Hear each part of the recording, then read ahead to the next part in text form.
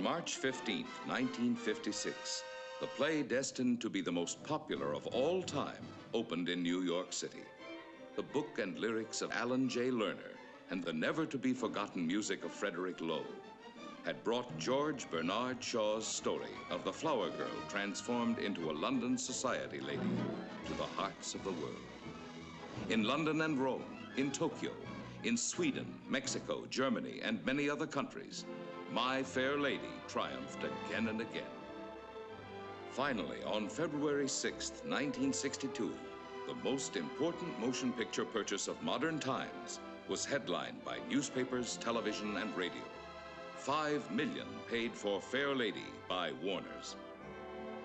The tremendous price paid for the film rights gave evidence of the scope envisioned by Jack Warner, who personally undertook the production. This was further supported by the announcement that Audrey Hepburn would play Eliza Doolittle.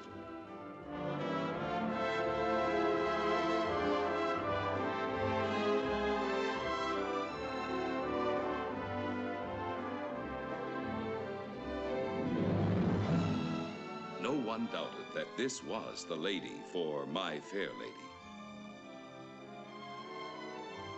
The indisputable first choice for the role of Professor Henry Higgins was Rex Harrison, the man who created the character. Eliza's irrepressible father, Alfred P. Doolittle, would be Stanley Holloway, who also created that role in the play. Wilfrid Hyde-White as Colonel Pickering. Gladys Cukor as Mrs. Higgins. Mona Washburn as Mrs. Pierce. Jeremy Brett as Freddie.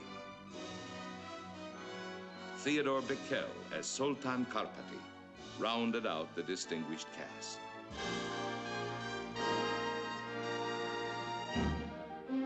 To direct these fabulous talents, Jack Warner unhesitatingly selected the renowned George Cukor. The original stage design had been a personal triumph for the world-famous Cecil Beaton. He was enthusiastic at the prospect of designing the motion picture version. For months, almost the entire Warner Brothers studio was devoted to the most elaborate preparation in its history. From a treasure house of silks and satins, furs and jewels, highly skilled artisans would create a world of elegance. Sets were a building as rarely seen before. Whole sections of London, the grandeur and squalor of Covent Garden, the splendor of the Embassy Ballroom,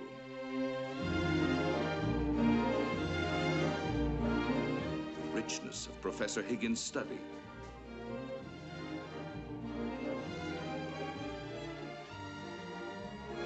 the high fashion of Mrs. Higgins' drawing room. All these were constructed in the most particular detail.